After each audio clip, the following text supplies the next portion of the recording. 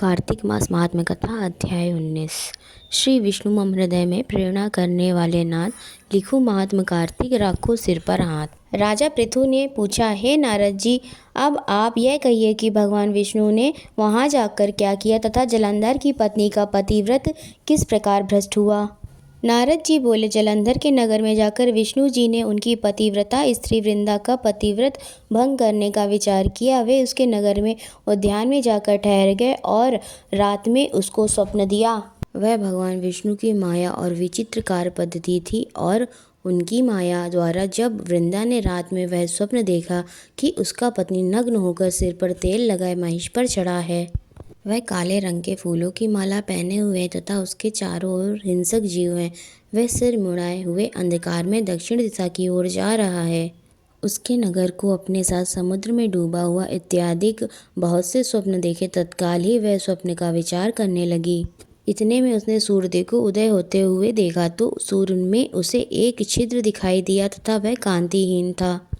उसे उसने अनिष्ट जाना और वह भयभीत हो रोती हुई छज्जे अटारी तथा भूमि कहीं भी शांति को प्राप्त न हुई। फिर अपनी दो सखियों के साथ उपवन में गई, वहाँ भी उसे शांति नहीं मिली।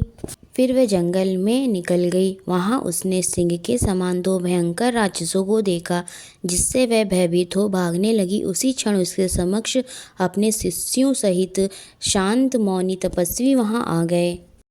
भयभीत वृंदा उसके गले में अपना हाथ डाल उनसे रक्षा की याचना करने लगी। मुनि ने अपनी एक ही हुंकार से उन राक्षसों को भगा दिया। वृंदा को आश्चर्य हुआ तथा वह भय से मुक्त हो मुनिनाथ को हाथ जोड़ प्रणाम करने लगी।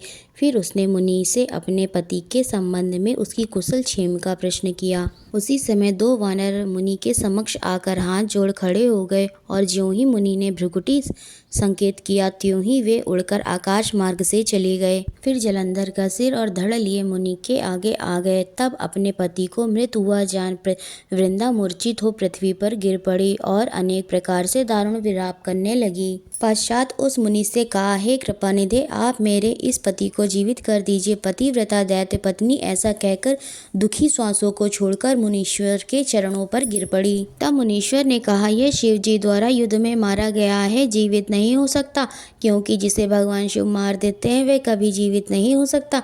परंतु शरणागत की रक्षा करना सनातन धर्म है, इसी कारण कृपा कर मैं इसे जिलाए देता हूँ।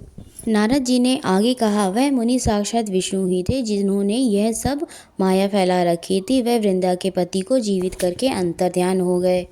जलंधर ने उठकर वृंदा को आलिंगन किया और मुख चूमा। वृंदा भी पति को जीवित हुआ देख अत्यंत हर्षित हुई और वह अब तक हुई बातों को स्वप्न समझा। तत्पश्चात वृंदा सकाम हो बहुत दिनों तक अपने पति के साथ विहार करती रही।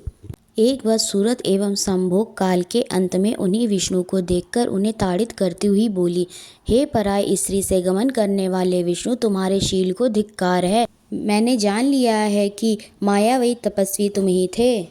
इस प्रकार कहकर कुपित पतिव्रता वृंदा ने अपने तेज को प्रकट करते हुए भगवान विष्णु को श्राप दिया, तुमने माया से दो राक्षस मुझे दिखाए थे, वही दोनों राक्षस किसी समय तुम्हारी स्त्री का हरण करेंगे। सर्पेश्वर जो तुम्हारा शिष्य बना है यह भी तुम्हारा साथी रहेगा। जब तुम अपनी स्त्री के विरह में दुखी होकर विचरोगे उस समय वानर ही तुम्हारी सहायता करेंगे। ऐसा कहती हुई पतिव्रता वृंदा अग्नि में प्रवेश कर गई। ब्रह्मा आदि देवता आकाश से उसका प्रवेश देखते रहे। वृंदा के शरीर का तेज पार्वती जी के शरीर में चला गया। पतिव्रत के प्रभाव से वृंदा ने मुक्ति प्राप्त की।